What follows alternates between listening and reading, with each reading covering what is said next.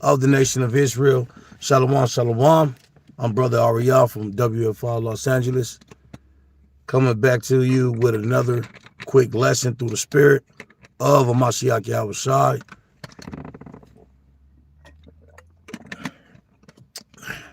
And Salaki. Yes, so Khan, hey, just kind of stir the spirit up real quick, man. All right.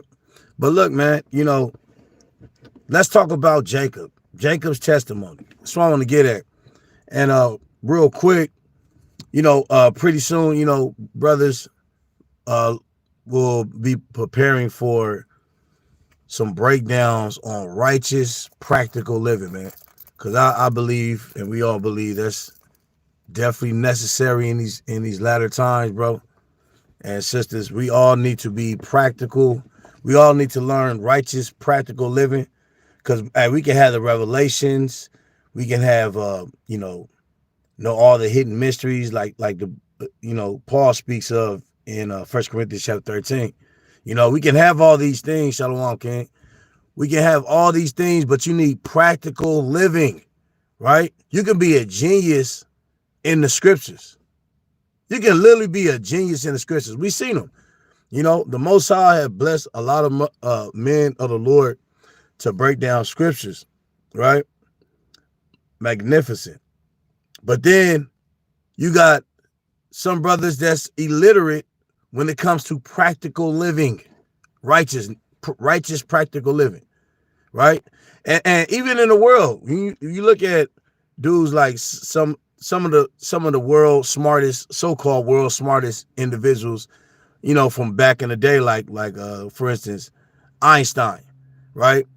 Hey, this dude was a genius, so-called. He was a genius, and but the problem was he was illiterate in other things. You know what I'm saying? Like illiterate, meaning he didn't know, he was lacking in other things pertaining to just practical life things. He didn't know how to, he did not know how to function, right? So we don't need to be like that, man. So, we're gonna pretty soon start preparing for, those specific lessons on practical righteous living, man.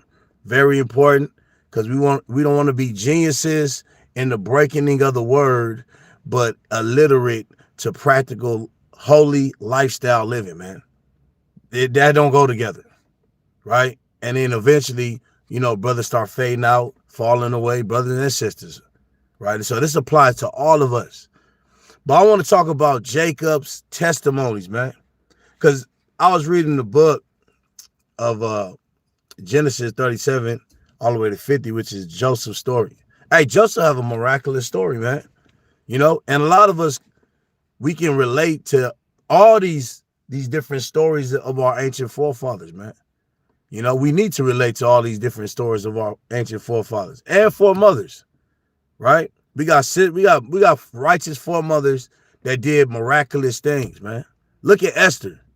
Esther put her life on the line to save her nation. You know what I'm saying? Look at Ruth or Judith.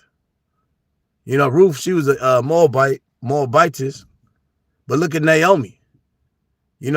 Her going back to her land caused a blessing to come. Beyond a capacity. Look at all our mighty forefathers. So that's what we're going to be dealing with in the spirit. Righteous acts. I'm going to call it the righteous acts of the Ancient of Days, man. All right. So through the spirit, let's dig into this, because I only got a few minutes. So, hey, man, shalom to all my brothers and sisters, man. Stay in the spirit. All right, and that echoes right back into my ears, man. All right, so this is Genesis chapter 47 and verse 9. This one verse I'm going to pull out is mightier than we can even believe, right? This is Genesis 47 and verse 9. And Jacob said to Pharaoh, the days of the years of my pilgrimage are 130 years. Few and evil have the days of the years of my life has been. Hey man, look, man, we're gonna dive into it real quick through the spirit. We're gonna dive in shalom, shalom. We're gonna dive into it real quick in the spirit, man. Look what Jacob is saying. Jacob, now Jacob said, I'm 130 years old and my life has been hell. Many evils have succumbed to my life. But yet he's still there, standing, right? Talking to Pharaoh, who, Pharaoh at that time was good with the Israelites, because they had Joseph, and Joseph was the head man, So look, let's dive into Jacob's life. Just think about Jacob's life. The moment Jacob came out, he was fighting in the womb. The moment Jacob came out, he was fighting. So the moment he came out, the moment he came out of the womb of Rebekah, it was already a fight with Esau, right? Yeah, you get that Genesis 25. It was already a fight, right? Hey, however you come out of the womb, that's what's gonna be your life, man. I remember my relatives told me when I got out the womb, they said I grabbed the doctor's tools. Like I just start snatching stuff and I end up having doctor's tools. Hey man, that's spiritual, man. That's spiritual. You know what I'm saying? So in saying that, let's look at Jacob. Jacob, the moment he came out of the womb, he already on the fight. Right? He already got an adversary the moment he come out the womb. Right? Hey, the scriptures even said, let's go to the book of Psalms real quick. Psalms chapter 9. Right? Just look at it. Now, the reason why I'm even saying this, because we got to reflect. Our ancient forefathers should be a mirror to our reflection of our own testimonies that we go through. We all go through various different hells, but we ought not to be ashamed of these things, and we ought not to be afraid as well, because we got Yahweh Bashim Yahushai, man. All right, who supersedes all of the hell that we go through, man.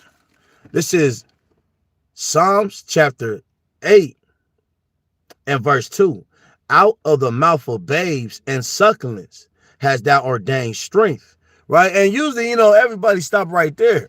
Out of the mouth of babes, the Most High has ordained strength. But look why the Lord ordained strength on the next sentence. It says, out of the mouth of babes and sucklings has thou ordained strength because of thy enemies, and thou mightiest still the enemy and the avenger. Right? So the Lord gave us strength, to combat our enemies. That was Joseph, man. I mean, so like that was Jacob and Joseph. But we talking about Jacob's testimony of what he told Pharaoh, man. He looked in Pharaoh's eyes and he said, man, I'm 130, man. And many years of my life has been evil. But yet I'm still standing and giving all praise to Yahweh Bashim Yahushai, man. And that's mighty through the spirit, man. Let's go back to that. I just want to read that one more time, just to really put that in our heads that, hey, there's the pathway that the Lord set up, ordained, and custom made for you to walk in. It's a righteous path, but sometimes it may look evil. The evil is the equalizer, is the balance scale, right? Because you can't have good without evil. Even Paul himself said, what I want to do, when I want to do good, I find myself doing bad. Therefore, I know that evil is always present with me when there's good around. Or when there's good, evil is always present. That's true, man. That's the equalizer, right?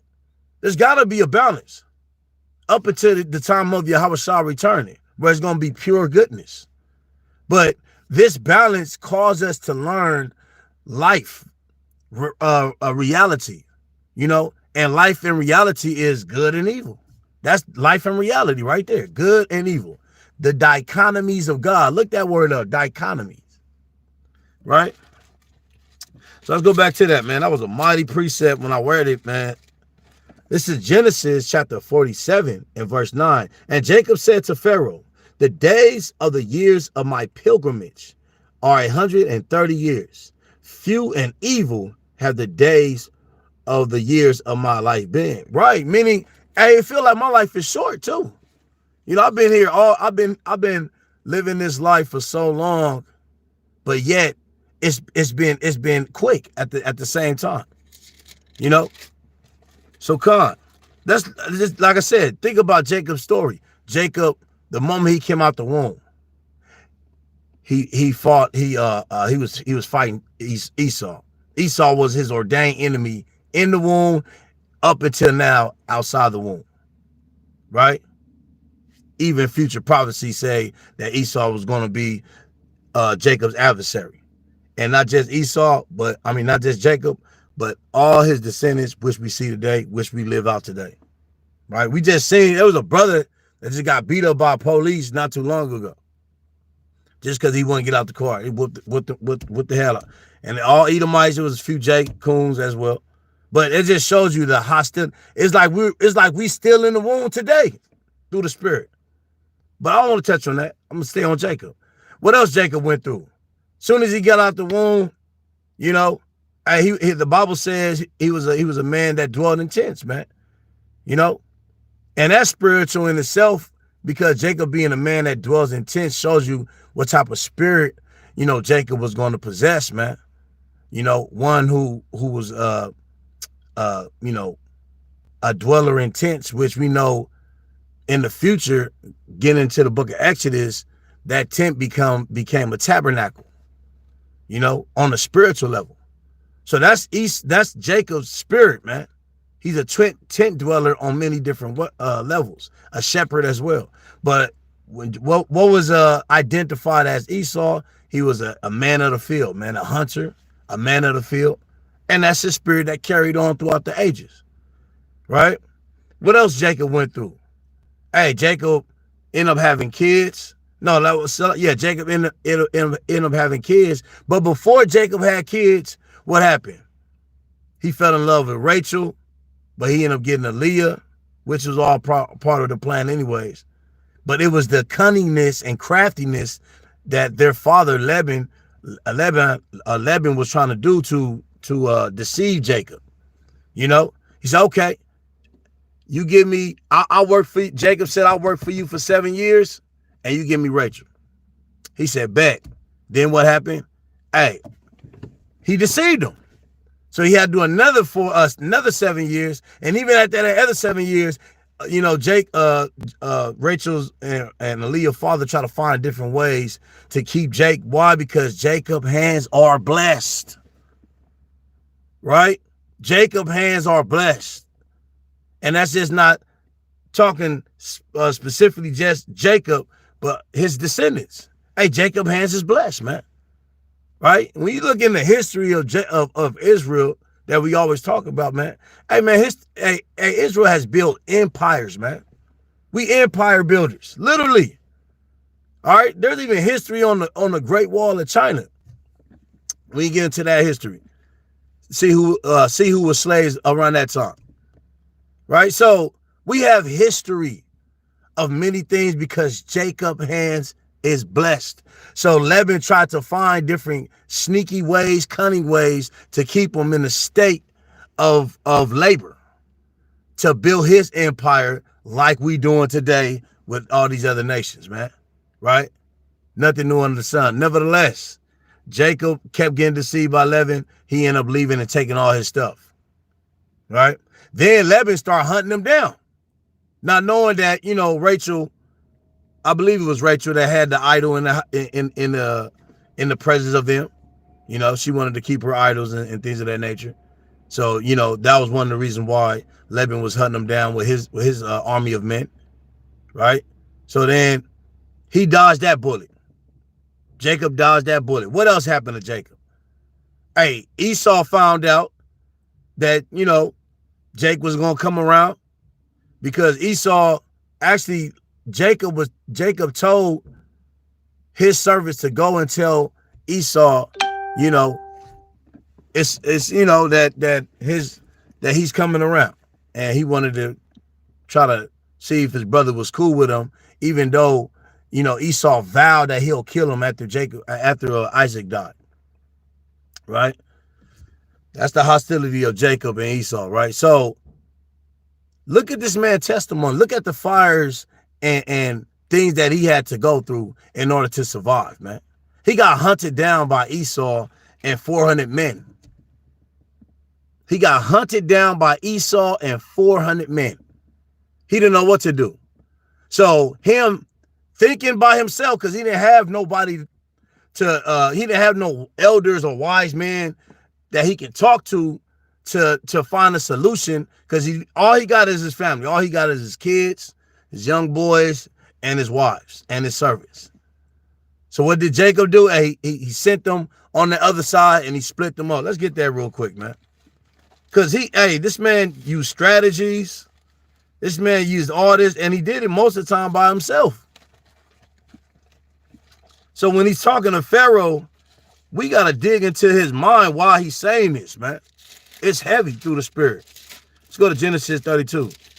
It's the book of Genesis, chapter 32.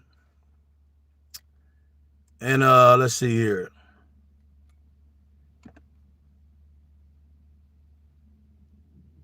Genesis chapter 32 and verse, what I want. Right before, all right, so verse 17. And he commanded the foremost, saying, when Esau my brother meets me and asks me, saying, whose art thou, and whither go thou, and whose are these before thee? Then thou shalt say, they be thy servant Jacob. It is a present sent unto my lord Esau, and behold, also he is behind us. And so commanded he the second and the third, and all that follow the doves, saying, on this matter shall ye speak unto Esau when ye find him. Right? So let's scroll down. It says, and he rose up that night and took his wives and his women servants and his 11 sons, and passed over the full Jabbok, and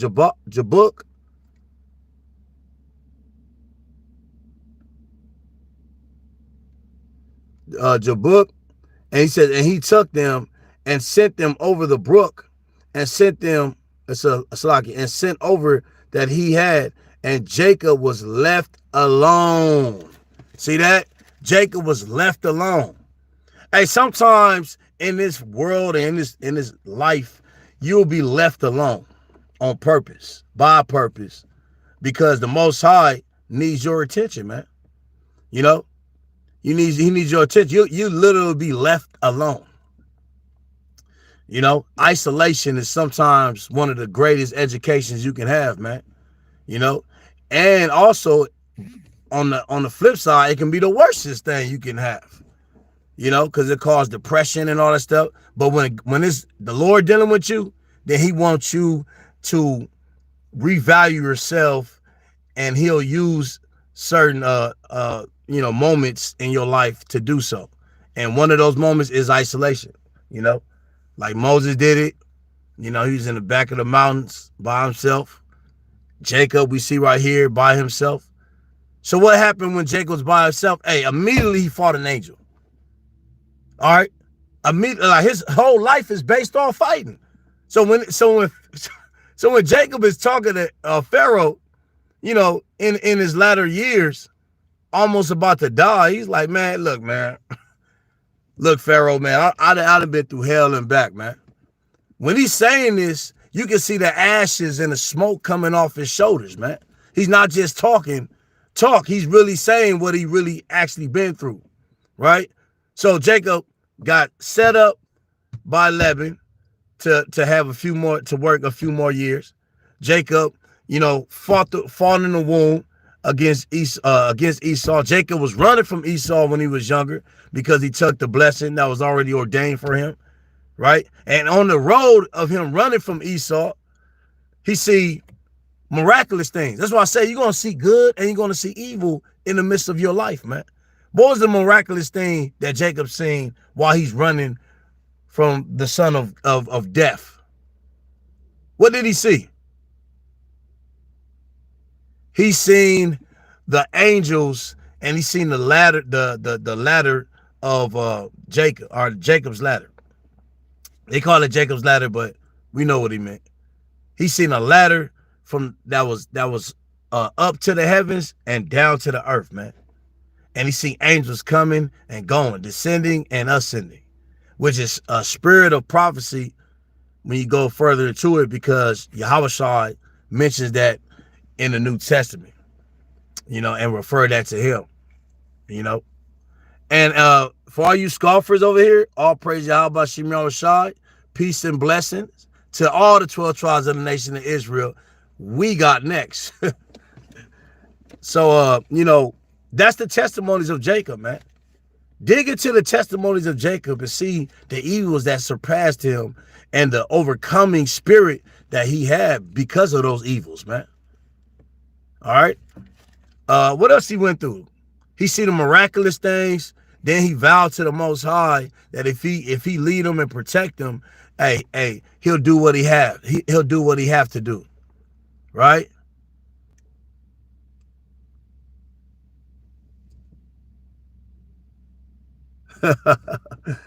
These guys is funny through the spirit. But Jacob, man, like I said, what we got to understand about Jacob had a testimony of endurance. That's what we want to get at. All right, so let's get it. Jacob had a testimony of endurance, man. Do you got a testimony of endurance? Right? And hey, we talking about Jacob died in his deathbed. I mean, everything he experienced, he didn't back down, man. Right? Will you back down off your experience in this life with good and with evil? Or would you endure, man, until the end of whether your life or the kingdom coming? This is Romans chapter 5. This what Jacob was going through, and a lot of Israelites go through, right? It says, this the book of Romans chapter 5 and verse 2. It says, by whom also we have access by faith unto this grace wherein we stand, and rejoice in hope of the glory of Yahweh. Right? We, as the people of the Lord, rejoice in the glory of Yahweh.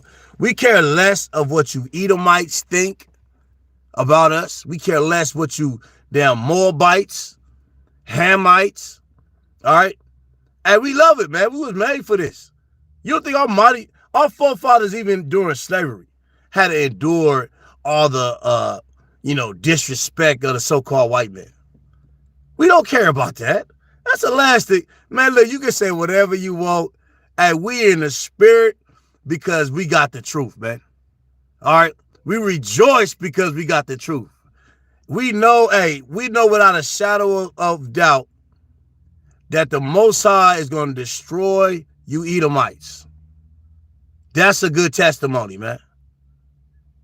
All right? The so-called small hats, the East Indian man is not going to be fully mapped out or wiped.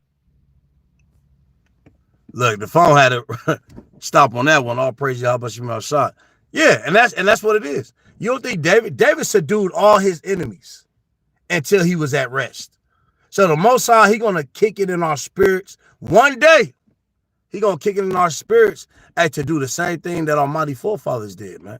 Subdue our enemies that need to be subdued. So let me go back to Jacob.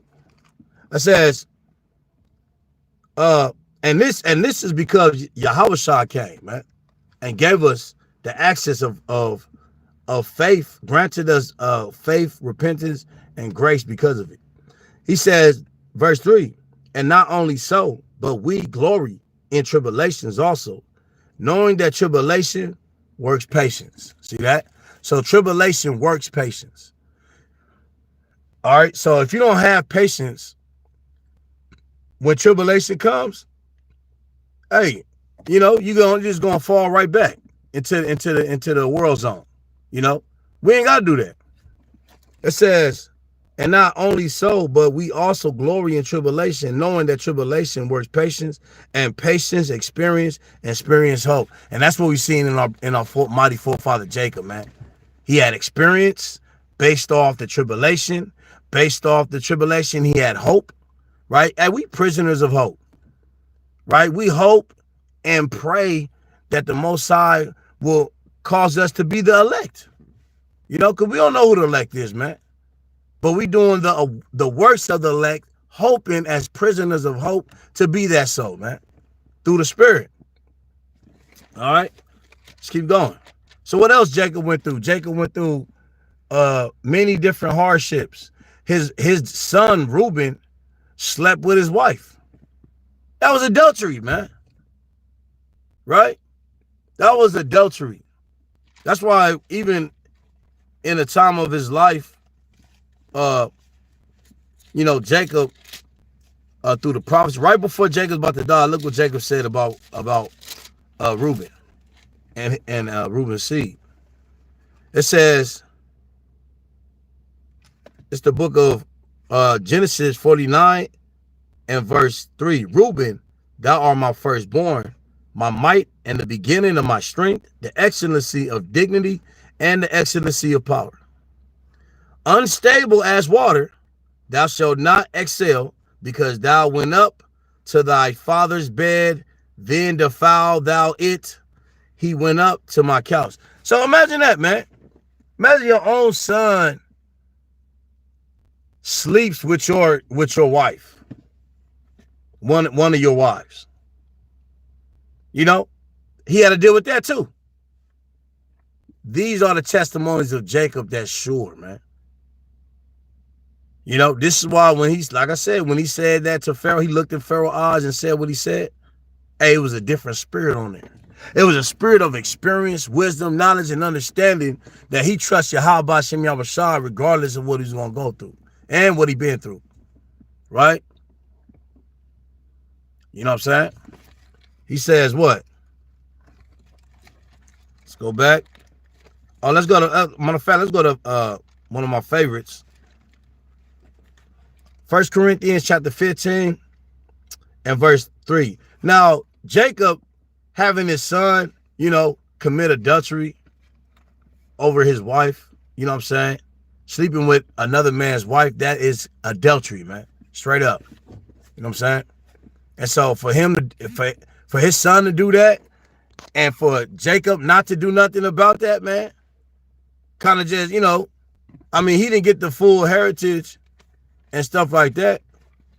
Could have been one of the reasons why, you know, Reuben was jealous. I think it was Reuben that tried to protect Joseph, matter of fact. God, shalom, through the Spirit. But this goes to show that the testimonies of Yahweh, B'Hashem Yahushua, through our lives are sure, man. Keep the faith, man. All right? When the scripture says, think it's not strange when you're going through fiery trials, he really means it, because you in your life is going to be strange things. Strange things are going to happen to you. It's part of life. Strange things will happen to you. It's part of life. It's what that's what part of life is, man. So the water for life, man. You know, because as long as you continue in obedience to the Lord and move to your best ability, a righteous, practical, holy life, I mean, you're gonna be good, man. Like Jacob. Jacob lived 130. That's good living. Even though there was midst of you know, evil and, you know, wickedness amongst them, he still managed to stand in the proper manner and in the Spirit. Right? Let's read this. 1 Corinthians 15 and verse 31. I protest. Salaki, let me go to 30. And why stand we in jeopardy every hour? I protest by your rejoicing, which I have in Mashiach Yahushua, our Lord, I die daily. See that? So if you go back to Jacob, hey, Jacob was doing that. You know, Jacob was doing that. His life stand in jeopardy when he was running from Esau, when he was running from Lebanon, when he was running from, you know, Jacob ran a lot, man. And he ran to protect his family. He ran to, he didn't run like a coward. He ran out of different situations, what I mean. The Lord calls us not to run like cowards, but he'll make us run out of situations in the spirit and stand on business in the flesh as a man. And that's what Jacob did. He fought an angel, man. Imagine fighting an angel. An angel destroyed cities in Sodom and Gomorrah. Right? That's one angel. And this is what Jacob fought. Jacob fought this. You know what I'm saying? So this is what we mean right here, man. Staying in the spirit. So who's this? Why did run from his brother Esau? Why don't you tell us? You have to make more clear sense, because I don't know what you're saying. Why did run? Why did run what? All right. Are you mad, Esau, that Jake took the blessing? Is that what you're saying? Okay, man, let's deal with it. Let's deal with the scoffer, because scoffers, they love to visit the Israelites. Let's deal with it. Why did Jacob take Esau's blessing? All right. Why did usually I don't entertain scoffers, but for the edification sake, let's do it real quick. All right. This is Romans chapter 9. This is why Esau got his blessing. All right, this is why Esau got his blessing taken. He didn't deserve it no ways, man. He didn't deserve it no ways. By default, when you look at it, the older brother traditionally was always guaranteed to have the blessing, to have the inheritance based off the tradition of the customs, right? But instead, even though that happened, that wasn't the will of the Most High all the time. Sometimes it was, sometimes it wasn't, depending on the person. All right. Now, for instance, you got Jacob. When Jacob was right when Jacob was about to die, you had Manasseh and you had Ephraim. And Joseph, which are his two sons, he presented both of those both of those boys to Jacob right before his dying days, or right before he was about to die. And Jacob put his hand on Ephraim, the younger brother, rather than putting his hand on Manasseh, right, the older brother. And he says, yeah, Manasseh gonna be great, but this Ephraimite right here is gonna be greater, right? We also see that with Perez, the twins of Jacob.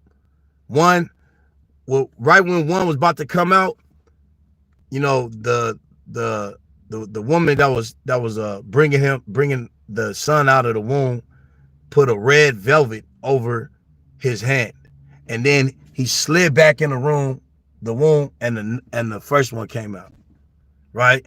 We also can see that in you got the first Adam and you got the last Adam, right?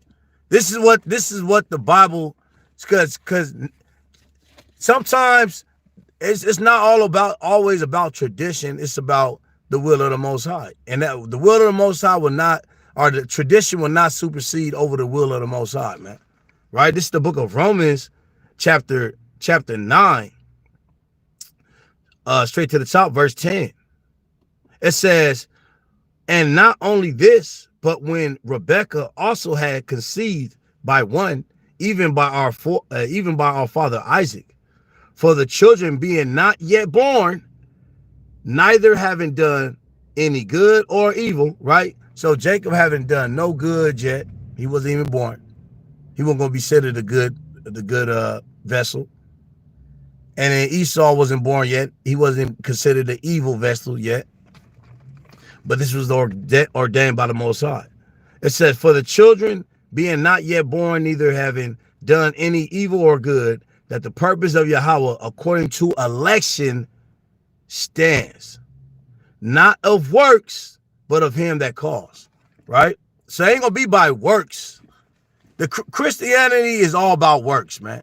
That's why that's Esau's system of religion, you know, to calm his spirit of all the murder and genocide that he did all over the earth. He tried to find, you know, to soothe his wicked mind. He tried to find different ways to, you know, put a religious stance on his mind, so you won't have all the chaos that he caused on this earth. His conscience would be a little bit you know, not guilty in a sense. That's why he created Christianity. That's all, and that's it, man. Despite popular belief. Come on, let's keep going. It says, it was said unto her, the elder shall serve the younger. That's the purpose. So the man want to know, why did Jacob disguise himself as Esau? First of all, it wasn't Jacob, it was his mother. And his mother was his mother was told by the Most High, could have been through a prophet, but by the Most High, the word of the Most High, that he will take the blessing. All right. Now, did the Lord condemn Rebecca for covering him up and forcing him to act like Esau? No, he didn't. She didn't as well. You know what I'm saying? So cut it out with the semantics. It says, as it is written, Jacob have I loved, but Esau have I hated. Right? So there's times in the scriptures where the Most High puts it in our spirit to do righteous, cunning things. Right? Like, for instance, well, let's see what David says. David said, let my cunning. Right? So we can every once, like, for instance, you got Abraham, you know, was going into a land, and the people of the land wanted his rib. He said that was his sister. Likewise, Isaac said that as well. You know what I'm saying? Likewise, well, no, Jacob didn't do it, but you know, we see that. We see it all through the scriptures, right? But what they call it, finessing. You know, we see it all through the scriptures. Paul did it. All right, are we going to blame these men? No, because it was the will of the Most High. All right, let's continue. It says, what shall we say then? Is there unrighteousness with Yahweh? Yahweh forbids. So for you to say anything about what the Lord did through these different vessels, you're saying God's a liar. Why? Because you don't believe in God. That's why, man. You the devil that the Bible speak of, man. Cut it out. Right? So we're going to go back to the Jacob thing, because, like I said, we're not here to entertain you heathens. This word is not for you heathens, man. When are you going to get it to your thick skull? Just because you had the Bible for over 1,000 years does not mean it was yours in the first place, man. All right? Straight up. Straight up. You stole the Bible like you stole everybody else's artifacts, customs, designs, culture. You are a robber, a stealer, and a killer, as the Bible says you are, man. Cut it out, man. Cut it out. We ain't listening to none of that, man. Through the spirit of Mashiach Yahushua, man. You's a liar, and the truth is not in you, man. Through the spirit. All right, so this is Jake. This is, like I said, this is Jacob's life. And this is the life of Jake. Jake gonna always go through it. He gonna always have enemies. He gonna always have scoffers. Always gonna have people say this, that. Oh, you guys say this, but what is this? You know, look, man. At the end of the day, let Yahweh be true and all man, every man a liar, man. We gonna speak the words of Yahweh Bashim Yahushua regardless, man. And we ain't backing down. Just like our people back in the 60s, hey, they didn't back down, man. Despite what they believed in, one thing we can for surely see is that they did not back down from their mission. We ain't backing down from ours, man. And it's a spirit that we possess, that our forefathers possessed back then, that we're going to push today, man. Through the spirit of Mashiach Yahushua. All right? And we catching all fades. So the reason why Jacob ran from Esau is because Esau wanted to kill Jake. Right?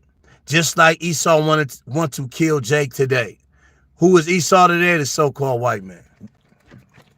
All right? So, like I said, man, don't let nobody persuade you in these last days to believe otherwise, man. All right? Yes, email. Look, man. If you want to really, if you got any biblical issues about the scriptures, of how we break the scriptures down, hey man, come to the cap, man. All right, we ain't backing down at no time. At no, he says the most high set us apart. The Most High set us apart so the other nations will not understand the truth. Man, ain't that something? Man, hey, man, give it to the sister, man. That's right. They ain't gonna understand the truth. And we fine with that. It's not for them. This is what we get at all the time, man. All right, let me get this quick precept and then I gotta go. This is Daniel chapter 12 and start at verse 10. Many shall be purified and made white and tried. And like I said, from Jacob all the way to us. Hey, we're going, Lord willing, we can be purified and made white by the trials and fire and hells, adversaries, tribulations that we go through, that we may be made purified and white and stand on the hills of Zion looking down at our enemies, man. That's our hope, man, through the Spirit. That's right, Obadiah 1 and 10, man.